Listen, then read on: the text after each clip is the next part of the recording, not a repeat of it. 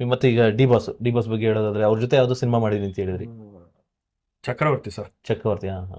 Sir D boss ಅಣ್ಣವ್ರ ಬಗ್ಗೆ ಹೇಳ್ಬೇಕಂದ್ರೆ ಸಕ್ಕಸ್ ಸರ್. ಒಂದು ಪವರ್ಫುಲ್ ಒಂದು ಕ್ಯಾರೆಕ್ಟರ್ ಡಿ ಬಾಸ್ ಅಣ್ಣ ಅಂತ ಹೇಳಿದ್ರೇನೆ. ಆ್ಯಕ್ಚುಲಿ ನಾನು ಡಿ ಚಕ್ರವರ್ತಿಲಿ ನಾನು ಸೆಲೆಕ್ಟ್ ಆಗಿಬಿಟ್ಟಿದ್ದೆ. ಹ್ಮ್ ಹ್ಮ್ ಹ್ಮ್. ಚಕ್ರವರ್ತಿಲಿ ನಾನು ಸೆಲೆಕ್ಟ್ ಆಗಿದಾಗ ಒಂದು ಡೈಲಾಗ್ ಇತ್ತು. ಚಿಂತನ್ ಸಾರು ನನಗೆ ಎಲ್ಲ ಓಕೆ ಮಾಡಿದ್ರು, ಎಲ್ಲ ಆಗ್ತು. ಎಲ್ಲ ಒಂದ್ ಕಡೆ ಭಯ ಆಯ್ತಾ ಇತ್ತು. ಫಸ್ಟ್ ಟೈಮ್ ಭೇಟಿನ ಅವ್ರನ್ನ. ಫಸ್ಟ್ ಟೈಮ್ ನಾನು ಆನ್ ಸ್ಕ್ರೀನ್ ಅಲ್ಲಿ ನೋಡ್ತಾ ಇದ್ದೀನಿ.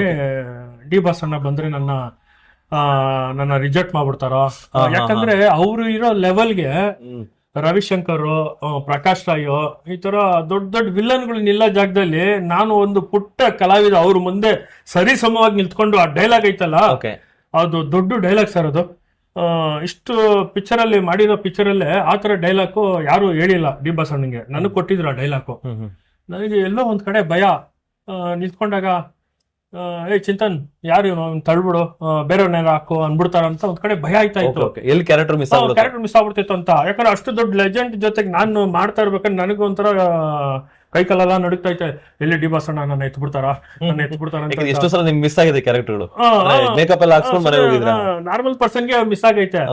ಅಂತದ್ರಲ್ಲಿ ಡಿ ಬಾಸ್ ಅಣ್ಣ ಏನಾದ್ರು ಎತ್ಬಿಡ್ತಾರ ಅಂತ ಒಂದ್ ಕಡೆ ಹಾರ್ಟ್ ಬಿಟ್ಟು ಢಬ್ ಢಬ್ ಢಬ್ ಅಂತ ಹೊಡಿತಾ ಇತ್ತು.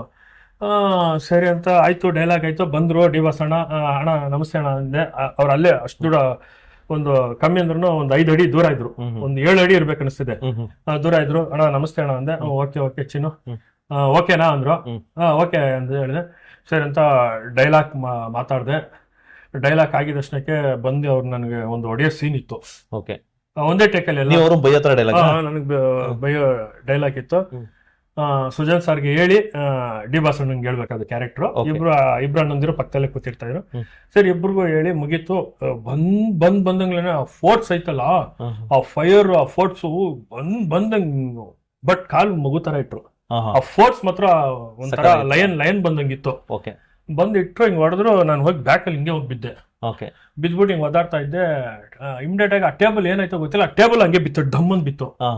ಆಮೇಲೆ ಟೇಬಲ್ ಜೊತೆ ಹಂಗೆ ಒದ್ಲಾಡ್ತಾ ಇದ್ದೆ. ಆಮೇಲೆ ಎಲ್ಲ ಓಕೆ ಅಂತ ಲೈಫ್ ಅಲ್ಲಿ ನಾನು ಇಷ್ಟು ಪಿಕ್ಚರ್ ಅಲ್ಲಿ ಮಾಡಿದ್ರಲ್ಲೇ ಫಸ್ಟ್ ನಾನು ಕ್ಲಾಪ್ಸ್ ಹೊಡ್ಕೊಂಡಿದ್ದೆ ಚಕ್ರವರ್ತಿಯಲ್ಲಿ. ಡಿ ಬಾಸ್ ಅಣ್ಣ ಬಂದಿರೋಷ್ಟಕ್ಕೆ ಕಾಲಲ್ಲಿ ಹೊಡೆದು ಇಲ್ಲಿ ಬುಟ್ ಕಾಲಲ್ಲಿ ಬಿತ್ತಲ್ಲ ಏಟು. ಬಂದಿರೋಷ್ಟಕ್ಕೆ ಹಿಂಗ್ ಚೆಸ್ಟ್ ಹಿಂಗ್ ಅಂದ್ಬಿಟ್ಟು ಹಿಂಗ್ ಮುಕ್ಕಿದ್ರು, ನಮಸ್ಕಾರ ಮಾಡ್ಕೊಂಡ್ರು. ಹಿಂಗ್ ಮುಕ್ಕೊಂಡ್ರು. ಆಮೇಲೆ ನಾನು ಅವ್ರ ಕಾಲ್ ಬಿದ್ದ. ಅಣ್ಣ ನಾ ಇಲ್ಲ ಚಿನ್ನು ಏನ್ ಏಟಾಗಿಲ್ಲ ತಾನೆ ಅಂದ್ರೆ ಹಿಂಗೆಲ್ಲ ನೋಡಿದ್ರು.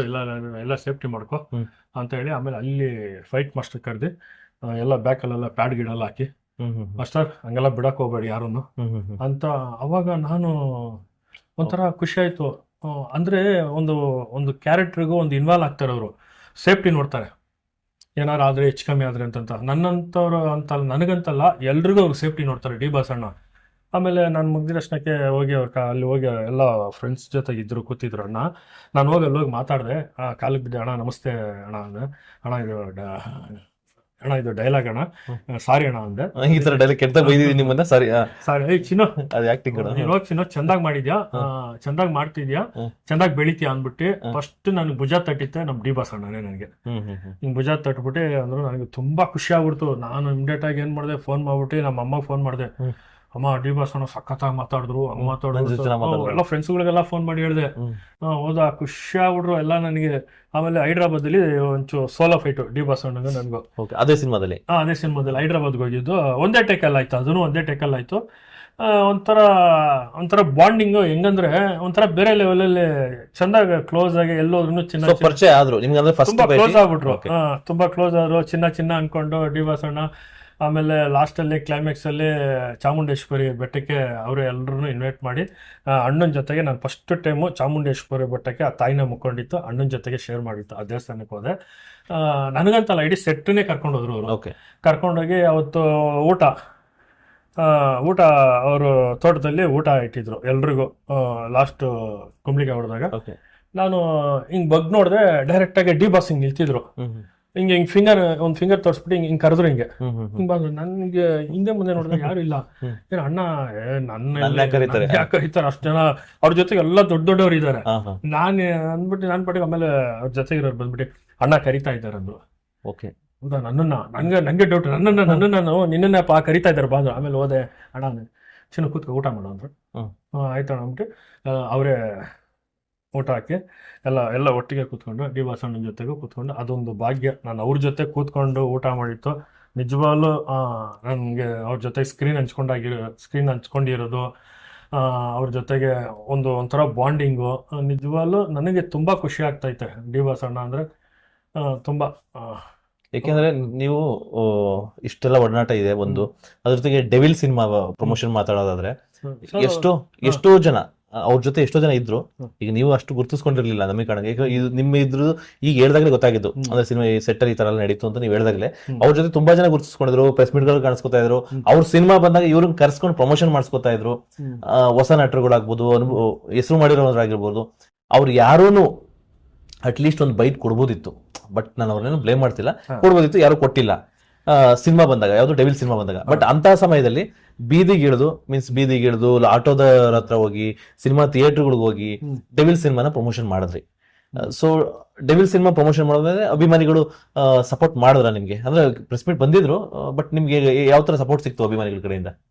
ಸರ್ ನಾನ್ ಮಾಡ್ದೆ, ಇನ್ಯಾರು ಸರ್ ಮಾಡ್ತಾರೆ ಡಿ ಬಾಸ್ಗೆ? ನಾನು ಮಾಡ್ತೀನಿ ಸರ್, ನಾನು ಪ್ರಾಣ ಇರೋ ಗಂಟನೂ ಮಾಡ್ತೀನಿ, ಬೀದಿಯಲ್ಲಿ ನಿಂತ್ಕೊಂಡು ವರ್ಕ್ ಮಾಡ್ತೀನಿ. ಇನ್ನು ಈ ಪಿಕ್ಚರ್ ಅಂತಲ್ಲ, ಯಾವುದೇ ಬಂದ್ರೂ ಡಿ ಬಾಸ್ ಅಣ್ಣ ಅವ್ರದ್ದು ಋಣ ನನ್ನ ಹತ್ರ ಐತೆ. ಆ ಋಣನ ನಾನು ಇವತ್ತು ನಾನು ಪ್ರಮೋಷನ್ ಮಾಡಿದೆ ಅಂತ ತೀರ್ಸ್ಕೊಳಕ್ಕಾಗಲ್ಲ ಸರ್. ನನ್ನ ದೇಹ ಮಣ್ಣುಗೋ ಗಂಟನು ಡಿ ಬಾಸ್ ಅಣ್ಣನ ಋಣ, ಬಾಸ್ತು ಋಣ ಯಾವಾಗಲೂ ನನಗಿರ್ತೈತೆ ಸರ್. ಅನ್ನೋದು ಋಣ ಮೈಯಲ್ಲಿ ಇದ್ದಾಗ ಅದನ್ನು ಇದು ಮಾಡೋಕ್ಕಾಗಲ್ಲ ಸರ್. ಆ ಥರ ನನಗೊಂದು ಅನ್ನ ಹಾಕಿ ಸೆಟ್ಟಲ್ಲಿ ಒಂಥರ ತಮ್ಮನ ಥರ ನೋಡ್ಕೊಂಡಾಗ ನಾನು ಮಾಡ್ತೀನಿ, ಯಾರು ಸರ್ ಮಾಡ್ತಾರೆ ಪ್ರಮೋಷನು? ಯಾರು ಬರ್ತಾರೋ ಬರಲ್ವೋ ನನಗೆ ಬೇಕಾಗಿಲ್ಲ ಸರ್. ನಾನು ಇರೋ ಗಂಟನೂ ನಾನು ಡಿ ಬಾಸ್ ಅಣ್ಣನಿಗೆ ನಾನು ಮಾಡ್ತೀನಿ. ಯಾವ ಪಿಕ್ಚರಾರೇ ಆಗಲಿ ಸರ್, ನನ್ನ ಜೊತೆಗೆ ಬೀದಿಗೆ ನಿಂತ್ಕೊಂಡು ಅವ್ರು ಬರ್ತಾರೆ ಇವ್ರು ಬರ್ತಾರೆ ಅಂತೆಲ್ಲ ನಾನು ಇಲ್ಲ ಸರ್. ನನ್ನ ಕೈಲಿ ಏನಾಗ್ತೈತೋ ಅದನ್ನು ನಾನು ಯಾವಾಗಲೂ ಅವ್ರ ಪಿಕ್ಚರ್ಗೆ ನಾನು ಮಾಡೇ ಮಾಡ್ತೀನಿ. ನಮ್ಮ ಡಿ ಬಾಸ್ ಅಣ್ಣ ಸರ್, ಸಾವಿರಾರು ಜನ ಕೋಟ್ಯಾಂತರ ಅಭಿಮಾನಿಗಳಲ್ಲಿ ನಾನೊಬ್ಬ ಅಭಿಮಾನಿ ಅಂತ ಹೇಳ್ಕೊಳಕ್ಕೆ ಇಷ್ಟಪಡ್ತೀನಿ. ಇವತ್ತು ನೀವು ನೋಡಿ, ಇವತ್ತು ಏನೋ ಅವ್ರು ತಪ್ಪು ಮಾಡಿದ್ರು ಗೊತ್ತಿಲ್ಲ, ಅದು ದೇವ್ರಿಗೆ ಗೊತ್ತು. ಇವತ್ತವರೆಗೂ ಅವ್ರು ನನ್ನ ಕಂಡಂಗೆ ಇವತ್ತವರೆಗೂ ಯಾರಿಗೂ ಅವ್ರು ತಪ್ಪು ಮಾಡಿಲ್ಲ. ನಾನು ಕಣ್ಣಾರೆ ನೋಡಿದ್ದೀನಿ ಸೆಟ್ಟಲ್ಲಿ 5:30-6 ಗಂಟೆ ಆಗ್ತಿದ್ದಂಗ್ಲೇನೆ ನಾನು ಕಣ್ಣಾರೆ ನೋಡಿತ್ತು ಒಂದು ಸತ್ಯ ಸರ್. ಎಲ್ರಿಗೂ ಪೇಮೆಂಟ್ ಬಂತಾನಮ್ಮ ಅಂದ್ರು. ನಿನ್ ಕತ್ತ ಒಂಥರ ಸಕ, ಏನಮ್ಮ ಎಲ್ರಿಗೂ ಪೇಮೆಂಟ್ ಬಂತಾನಮ್ಮ, ಅಣಜಿ ಏನೋ ಎಲ್ರಿಗೂ ಕ್ಲಿಯರ್ ಮಾಡ್ದಾನ. ಗುರು ಆಯ್ತು ಗುರು, ಅಣಜಿ ಗೊತ್ತಲ್ಲ, ಅವ್ರಿಗೆ ಕೇಳ್ತಾ ಇದ್ರು. ಅವಾಗ ಅಣ್ಣ ಎಲ್ರಿಗೂ ಬಂತು ಹಂಗಾದ್ರೆ ನಂದು ಬೇಟ ಕಾಸ್ಕೊಡು ಅಂತ ಕೇಳೋರು. ಒಂಥರ ಸಖತ್ತು ಎಲ್ರು ವಿಚಾರಿಸ್ಕೊಂತಾರೆ ಸರ್ ಎಲ್ರಿಗೂ. ಆಮೇಲೆ ಇನ್ನೊಂದು ಅವ್ರ ಸೆಟ್ಟಲ್ಲಿ ಏನು ವಿಶೇಷ ಅಂದ್ರೆ, ಅವ್ರ ಸೆಟ್ಟಲ್ಲಿ ಎನಿ ಟೈಮು ಎಲ್ರಿಗೂ ಬಿರಿಯಾನಿ ಊಟ ಸರ್, ಚಿಕನ್ ಸಾರು ಎಲ್ಲ ಇರ್ತೈತೆ. ಅವ್ರು ಏನು ತಿಂತಾರೋ ಅದನ್ನೇ ಎಲ್ಲ ಆರ್ಟಿಸ್ಟ್ಗಳಿಗೂ ಊಟ ಸರ್. ಸಖತ್ ಸರ್, ಚೆಂದಾಗಿ ನೋಡ್ಕೊತಾರೆ ಸರ್, ಎಲ್ರೂ ಚೆಂದಾಗಿ ನೋಡ್ಕೊತಾರೆ ಸರ್. ಇವತ್ತು ನೋಡಿ ಅವ್ರು ಇದ್ದಿದ್ರೆ ನಮ್ಮ ಇಂಡಸ್ಟ್ರಿಲ್ಗೆ ಎಷ್ಟೋ ಜನಕ್ಕೆ ಇವತ್ತು ಟೆಕ್ನಿಷಿಯನ್ಗಳಿಗೆ ಅನ್ನ ಆಗಿರೋದು ಸರ್. ಎಷ್ಟೋ ಜನ ಮನೆ ಬೆಳಗ್ತಾ ಇತ್ತು, ಒಂದು 100 ಫ್ಯಾಮಿಲಿ ಆದರೂ ಎದೊಳಿರೋದು ಸರ್. ಇವತ್ತು ಎಷ್ಟೋ ಫ್ಯಾಮಿಲಿಗಳು ಒಂದು 3 ಪಿಕ್ಚರ್ ಮಾಡಿರ್ತಾ ಇದ್ರು ಅಣ್ಣ ಇದ್ದಿದ್ರೆ. ಎಷ್ಟು ಲಾಸ್ ಆಗ್ತಾಯಿತ್ತು ಗೊತ್ತಾ ಸರ್, ನಮ್ಮ ಟಾಕೀಸ್ಗಳಿಗಾಗಿರ್ಬೋದು, ಟೆಕ್ನಿಷಿಯನ್ಗಳಿಗಾಗಿರ್ಬೋದು, ಆರ್ಟಿಸ್ಟ್ಗಳಿಗಾಗಿರ್ಬೋದು, ತುಂಬ ಲಾಸ್ ಆಗ್ತಾಯಿತ್ತು ಸರ್ ನಿಜವಾಗ್ಲು. ಅಷ್ಟು ಜನಕ್ಕೆ ಅನ್ನ ಆಗ್ತಾ ಇದ್ದಾರೆ ಸರ್ ಅವರೊಬ್ಬರು ಡಿ ಬಾಸು. ಬಟ್ ಟೆಕ್ನಿಷಿಯನ್ಗಳಿಗೆಲ್ಲ ತುಂಬ ಲಾಸ್ ಆಗ್ತೈತೆ ಸರ್. ಅವ್ರು ಬರಬೇಕು ಅಂತಾನೆ ನಾವು ಕೇಳ್ಕೊತಾ ಇದ್ದೀವಿ. ಎಲ್ರಿಗೂ ಒಂದು ದಾರಿ ಆಗ್ತೈತೆ ಸರ್ ಅವ್ರು ಬಂದರೆ 100%. ಬಟ್ ಕೆಲವು ಅಭಿಮಾನಿಗಳು ನಿಮ್ಗೆ ಸ್ವಲ್ಪ ಬೆನ್ನೆಲುಬಾಗಿ ನಿಂತ್ಕೊಂಡ್ರು ಅಲ್ಲ, ಅಲ್ಲಿ ನಿಂತ್ಕೊಂಡ್ರು. ನಾವು ಸಿನಿಮಾದಲ್ಲಿ ನೋಡಿದಾಗ ಎಷ್ಟೋ ಅಭಿಮಾನಿಗಳು ದರ್ಶನ ಡೈವರ್ಸ್ ಅಭಿಮಾನಿ ಅಣ್ಣನಿಗೆ ಇವರು ಪ್ರಮೋಷನ್ ಮಾಡಿದ್ದಾರೆ, ಸೊ ಇವ್ರಿಗೆ ನಾವು ನಿಲ್ತೀವಿ ಅಂತ. ಕೆಲವೊಂದ್ ಕಡೆ ಹೋದಾಗ ಬೇರೆಯವ್ರ ಕಡೆಯಿಂದೆಲ್ಲ ಹೋಗಿ ಫೋನ್ಗಳು ಹೋಗ್ತಾ ಇತ್ತು. ಅವ್ನು ಸೂರಿಗೆ ಹೋದ್ರೆ ಯಾರು ನಿಲ್ತ್ಕೋಬೇಡ್ರ ಅನ್ನೋರು. ನನ್ಗೆ ಗೊತ್ತಾಗ್ತಾ ಇತ್ತು, ಫೋನ್ಗಳೆಲ್ಲ ಹೋಗ್ತಾ ಇತ್ತು ಸರ್. ನಾನು ಹೋಗೋ ಜಾಗದಲ್ಲೆಲ್ಲ ಫೋನ್ಗಳು ಹೋಗ್ಬಿಟ್ಟಿರೋದು. ಅವ್ನು ಹೋಗ್ತಾ ಇದ್ರೆ ಯಾರು ಪ್ರಮೋಷನ್ ಮಾಡ್ಬಿಡ್ರ, ಉತ್ತರ ಕರ್ನಾಟಕಕ್ಕೂ ಫೋನ್ ಹೊಡಿಯೋರು ಬೇರೆಯವ್ರುಗಳು. ನಾನು ಏನ್ ಮಾಡಿದೆ ಅಂತದ್ದು, ಏನ್ ಮಾಡಿದೆ? ನನ್ನ ಮನೆ ದುಡ್ಡು ತಗೊಂಡು ಮಾಡಿದ್ದೆ ತಪ್ಪ. ಇಲ್ಲಿ ಡಿ ಬಾಸ್ ಹೇಳ್ದಂಗೆ ತಲೆ ಹೊಡೆದಿಲ್ಲ. ಎಲ್ಲ ಒಂದ್ ಕಡೆ ತಲೆ ಹಿಡಿದಿದ್ರೆ ನಾನು ಚೆನ್ನಾಗಿ ಆಗ್ತಾ ಇದ್ದ ಅಂತ ಅನಿಸ್ಬಿಟ್ಟಿತ್ತು ಸರ್. ದಯವಿಟ್ಟು ನನಗೆ ಅದೊಂದು ಬೇಜಾರು. ಡಿ ಬಾಸ್ ಅಣ್ಣ ಕರೆಕ್ಟ್ ಆಗಿ ಇದ್ದಿದ್ದಕ್ಕೆ ಈ ತರ ಹಿಂಗ ಆಗ್ಬಿಟ್ರ, ಅವ್ರು ಹಂಗಿದ್ದೀರ ಇವತ್ತು ಹೆಂಗೋ ಮೆರ್ದ್ಬಿಟ್ಟಿರೋರ ಅಂತ ಅನಿಸ್ತಾ ಇತ್ತು ನನಗೆ. ಯಾಕೋ ಇದ್ದಿದ್ರೆ ಇವತ್ತು ಎಲ್ಲ ಸಿಎಂ ಆಗ್ಬಿಟ್ಟಿರೋರು ಸರ್. ಅವ್ರಿಗೆ ಅದಿಲ್ಲ ಅಲ್ಲ ಸರ್. ಅದಕ್ಕೆ ಡೇರಿಂಗ್ ಅನ್ನೋದು ನಮ್ ಡಿ ಬಾಸ್ನ. ನಿಜವಾಗ್ಲೂ ಅವ್ರು ಯಾವಾಗಲೂ ಡೇರಿಂಗೇ ಸರ್. ಒಂದ್ ವೇಳೆ ಅವ್ರು ಹೊರಗಡೆ ಇದ್ರೆ ನಿಮ್ ಸಿನಿಮಾ ಟೈಮಲ್ಲಿ ನೀವು ಹೋಗಿ ಕೇಳ್ಕೊಂಡಿದ್ರೆ ಸೊ ಸಪೋರ್ಟಿವ್ ಬರ್ತಾ ಇದ್ರು ಅಂತ ಅನ್ಸುತ್ತಾ ಸರ್? 100% ಸರ್. ನಾನು ಎಲ್ಲೇ ಹೋದ್ರು, ನಾವು ಶೂಟಿಂಗ್ ಆಗ್ತಾ ಇರೋನು, ನಾನು ಜಸ್ಟ್ ಒಂದು ಬೈಟ್ ಕೊಟ್ಟಿದ್ರೆ ಸಾಕಾಗಿತ್ತು. ರಾಬರ್ಟ್ಗೆ ಇಲ್ಲಿ ಕಂಟಿನ್ಯೂಸ್ ಶೋದಲ್ಲಿ ಶೂಟ್ ನಡೀತಾ ಇತ್ತು. ನಾನು ಹೋಗಿದ್ದೆ, ಶೂಟಲ್ಲಿ ತುಂಬ ಬ್ಯುಸಿ ಆಗಿದ್ರು. ಕ್ಯಾರವನ್ಗೆ ಹತ್ತುತ್ತಾ ಇದ್ರು. ನಾನು ಇಲ್ಲಿ ಸೈಡಲ್ಲಿ ನಿಂತಿದ್ದೆ, ಹಿಂಗ್ ಹೋಗಿ ಹತ್ತಿದ್ರು, ಹಿಂಗೆ ಬಂದ್ರು, ಹಿಂಗ್ ಬಂದ್ಬಿಟ್ಟು ಏನ್ ಚಿನ್ನ ಬಂದಿದ್ಯಾ ಅದು, ಇಲ್ಲಣ್ಣ ನೋಡ್ಬೇಕಾಗಿತ್ತು, ಏನ್ ಚೆನ್ನಾಗಿದ್ಯಾ, ಯಾವ ಪಿಕ್ಚರ್ ಮಾಡ್ತಾ ಇದ್ಯಾ, ಇಲ್ಲಣ್ಣ ಈ ತರ ಸಲಗಾ ಮಾಡ್ತಾ ಇದ್ದೀನಿ, ಒಂದ್ ಮೂವಿ ಹೇಳ್ತಿದ್ವಿ, ಯಾರು ವಿಜಯಣ್ಣನ್ ಮಾಡ್ತಾ ಇದ್ವಿ, ಹೌದಾ, ಓಕೆ ಓಕೆ ಚೆನ್ನಾಗಿದ್ಯಾ, ಕ್ಯಾರೆಕ್ಟರ್ ಚೆನ್ನಾಗಿದ್ಯಾ, ಚೆನ್ನಾಗಿದೆ, ಇಲ್ಲ ಚೆನ್ನಾಗಿದ್ಯಾ ಅಂತ Okay, ನಿಮ್ಗೆ- ಚೆನ್ನಾಗಿದ್ದೀನಿ ಅಣ್ಣ ಅಂದ್ರೆ, ಸರಿ ಚಿನ್ನ ಇನ್ನೇನ ಮಾತಾಡ್ಬೇಕಂದ್ರೆ ಏನಿಲ್ಲಣ್ಣ ನಿಮ್ಮ ಆಶೀರ್ವಾದ, ಹೋಗ ಚಿನ್ನು ಚೆನ್ನಾಗಿ ಮಾಡು, ಚೆನ್ನಾಗಿರು, ಆಲ್ ದ ಬೆಸ್ಟ್ ಅಂತ ಹೇಳ್ಬಿಟ್ಟು ಹಿಂಗ. ಅದಕ್ಕಿಂತ ಏನ್ ಬೇಕು ಸರ್, ಏನ್ ಬೇಕು ಹೇಳಿ ಅಂತ ಅಟ್ಲೀಸ್ಟ್ ನೀವು ಹೋಗ್ತಿದ್ದವ್ರು ನಿಲ್ಸಿ ಮಾತಾಡಿದಾರೆ. ನಿಲ್ಸಿ ಮಾತಾಡ್ತಾರೆ. ನನಗಂತಲ್ಲ ಸರ್, ಅವರು ಪಿಕ್ಚರ್ ಅಲ್ಲಿ ಯಾರೇ ಮಾಡಿದ್ರು ನಿಂತ್ಬಿಟ್ಟು ಮಾತಾಡ್ಬಿಟ್ಟು ಹೋಗ್ತಾರೆ ಸರ್. ಆಮೇಲೆ ಎಷ್ಟೋ ಜನಕ್ಕೆ ಅವ್ರು ತುಂಬಾ ಒಳ್ಳೇದ್ ಮಾಡಿದ್ದಾರೆ, ಎಲ್ಲೂ ಅವ್ರ ಹೆಸರೇ ಬಂದಿಲ್ಲ ಸರ್. ಅವ್ರು ಹೇಳ್ಬಿಡ್ತಾರೆ ಫಸ್ಟೇ, ಎಲ್ಲೋ ಹೆಸರು ಹೇಳಕ್ ಹೋಗ್ಬೇಡಿ, ಅದು ಹೇಳಕ್ ಹೋಗ್ಬೇಡಿ, ಆಮೇಲೆ ಅದು ಮಾಡಿ ಏನ್ ಪ್ರಯೋಜನ ಐತೆ ಅಂತ ಹೇಳ್ತಾರೆ ಅವರೇ. ಅದ್ ಹೆಸರು ಹೇಳಿದ್ರೆ ಮತ್ತೆ ಮಾಡಿರೋದಕ್ಕೆ ಏನ್ ಪ್ರಯೋಜನ ಐತೆ? ನಾನು ಹೇಳೋದು ಎಲ್ರಿಗೂ ಒಂದೇ ಒಂದು, ನಾವು ಇವತ್ತು ನನ್ನ ಪಿಕ್ಚರ್ ಅಲ್ಲಿ ಆಗಿರ್ಬೋದು, ನಂದೇ ಒಂದು ತಗೊಂಡು ನಾನು ಯಾರ್ಯಾರು ಒಬ್ರಿಗೆ ಏನಾರು ಅದು ಮಾಡ್ತೀನಿ ಅಂದ್ರೆ ನಾನು ಯಾರ ಹತ್ರನೂ ಎದುರು ನೋಡಕ್ ಹೋಗಲ್ಲ ಸರ್.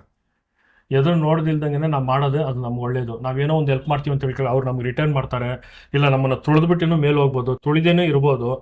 ಅದನ್ನ ಯಾರು ಎಕ್ಸ್ಪೆಕ್ಟ್ ಮಾಡ್ಕೋಬೇಡಿ. ನಿಮ್ಗೆ ಏನಾರು ಅನಿಸ್ತಾ ನಿಮ್ದಿಲ್ಲ ಅಂತ ಹೆಲ್ಪ್ ಮಾಡ್ಬಿಡಿ, ತಿರ್ಗಾ ರಿಟರ್ನ್ ಮಾಡ್ತಾರೆ, ನಮಗೆ ಅದೇ ಮರ್ಯಾದೆ ಕೊಡ್ತಾರೆ ಅಂತೆಲ್ಲ ಅನ್ಕೊಳಕ್ ಹೋಗ್ಬೇಡಿ, ಬೈಕೊಳಕ್ಕೂ ಹೋಗ್ಬೇಡಿ.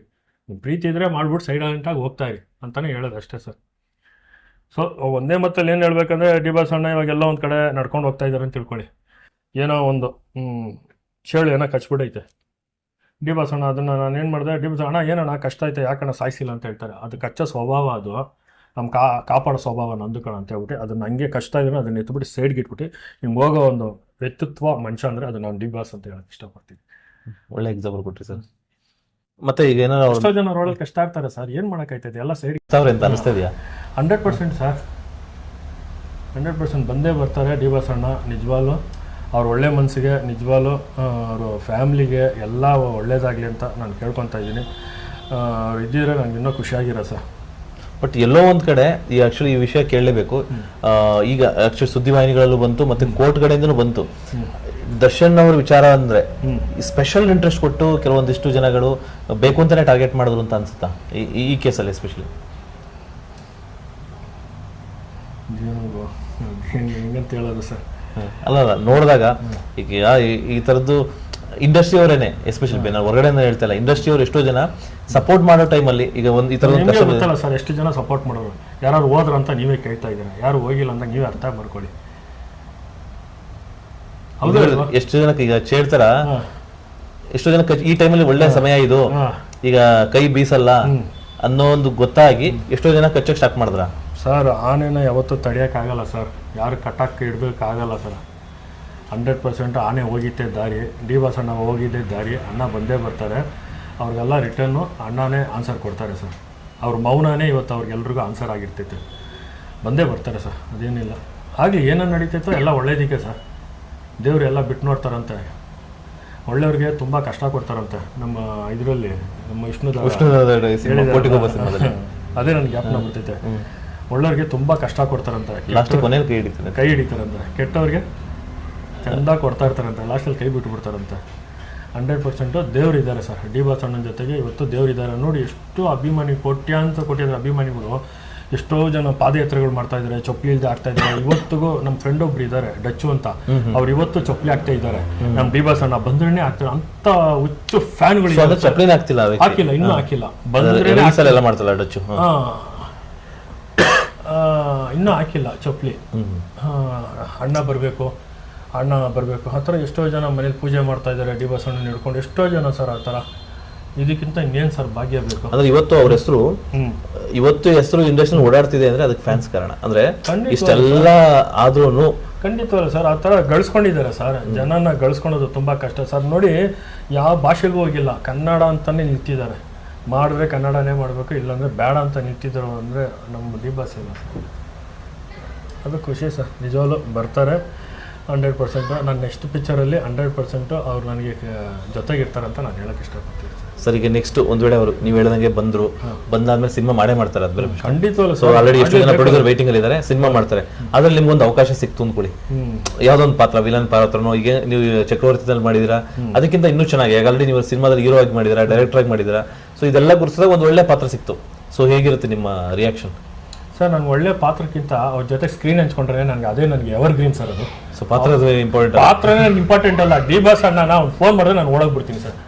ಅವ್ರ ಜೊತೆ ನಿಲ್ಲೋದೇ ಒಂದು ಅದೃಷ್ಟ ಸರ್ ನಮಗೆ. ಇವತ್ತು ಎಷ್ಟೋ ಜನ ಕೋಟೆ ಜನ ಡಿ ಬಾಸ್ ಅಣ್ಣನ ನೋಡ್ದೇನೆ ಪೂಜೆ ಮಾಡ್ಕೊಂಡಿದ್ದಾರೆ. ಎಷ್ಟೋ ಜನ ಅಂಥದ್ರಲ್ಲಿ ನನಗೆ ಕರೀತಾ ಇರೋದ್ರೆ ಅದು ನನ್ನ ಭಾಗ್ಯ ಅಲ್ವಾ ಸರ್? ನನ್ಗೆ ಇನ್ನೊಂದು ಭಾಗ್ಯ ಅಂತ ನಾನು ತಿಳ್ಕೊಳ್ಳಿ. ಎರಡೇ ಒಂದು ಸಿನಿಮಾದಲ್ಲಿ ಹೀರೋ ಆಗಿದ್ದೀರಾ ನೀವು. ಅಯ್ಯೋ ಅದು ಅವ್ರ ಮುಂದೆ ನಾವೆಲ್ಲ ನಾನು ಏನೂ ಇಲ್ಲ ಸರ್. ನಿಜವಲ್ಲೂ ಡಿ ಬಾಸ್ ಅಣ್ಣನ ಮುಂದೆ ನಾನು ಏನೂ ಇಲ್ಲ. ನನಗೆ 100% ಕರೆದ್ರೆ ನಾನು ಏನು ಸೀನು ಕ್ಯಾರೆಕ್ಟರ್ ನೋಡಲ್ಲ. ಅಣ್ಣ ಇದ್ದಾರಾ, ಸ್ಕ್ರೀನ್ ಹಂಚ್ಕೊತಾ ಇದ್ದೀನಾ, ಅದಕ್ಕಿಂತ ನನಗೆ ಇನ್ನೇನು ಭಾಗ್ಯ ಬೇಡ ಸರ್. ನನಗೆ ತುಂಬ ಹ್ಯಾಪಿ ಸರ್.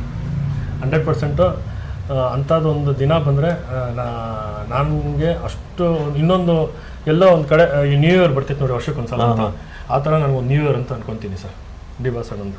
ಓಕೆ, ಆದಷ್ಟು ಬೇಗ ಆಗಲಿ ಸರ್. ಯಾಕೆ ನಮ್ಮ ಆರೈಕೆನೂ ಅಷ್ಟೇ, ಆದಷ್ಟು ಬೇಗ ಇಂಡಸ್ಟ್ರಿಗೆ ಬರಲಿ. ಯಾಕೆಂದ್ರೆ ಆ ಇಂಡಸ್ಟ್ರಿಗೆ ಬಂದರೆ ಎಷ್ಟೋ ಜನಗಳಿಗೆ ಹೆಲ್ಪ್ ಆಗುತ್ತೆ ಸರ್. ಎಷ್ಟೋ ಜನ ಮನೆ ಬೆಳಗ್ತೈತೆ ಸರ್ ಡಿ ಬಾಸ್ ಅಣ್ಣನ ಹೆಸರು ಹೇಳ್ಕೊಂಡು. ಅವ್ರು ಬಂದರೆ ಹೀರೋ ಅಂತ ಅನೌನ್ಸ್ ಮಾಡಿದ್ರೆ ಸರ್ ಎಷ್ಟೋ ಜನ ಮನೆ ಬೆಳಗ್ತೈತೆ ಸರ್, ದೀಪ ಬೆಳಗ್ತೈತೆ ಸರ್. ಇದಕ್ಕಿಂತ ಇನ್ನೇನು ಬೇಕು ಸರ್ ಹೇಳಿ ಸರ್? ಹೌದು. ಸೊ ಆದಷ್ಟು ಬೇಗ ಬರಲಿ ಸರ್, ನಿಮಗೂ ಅಂತ ಅವಕಾಶ ಸಿಗಲಿ. ನೆಕ್ಸ್ಟ್ ಇನ್ನೊಂದು ಇಂಟರ್ವ್ಯೂನಲ್ಲಿ ಅವ್ರ ಸಿನಿಮಾದಲ್ಲಿ ಮಾಡಿರೋದನ್ನ ಇಂಟರ್ವ್ಯೂ ಮಾಡೋಣ. ಖಂಡಿತ ಸರ್ ಮಾಡಿ.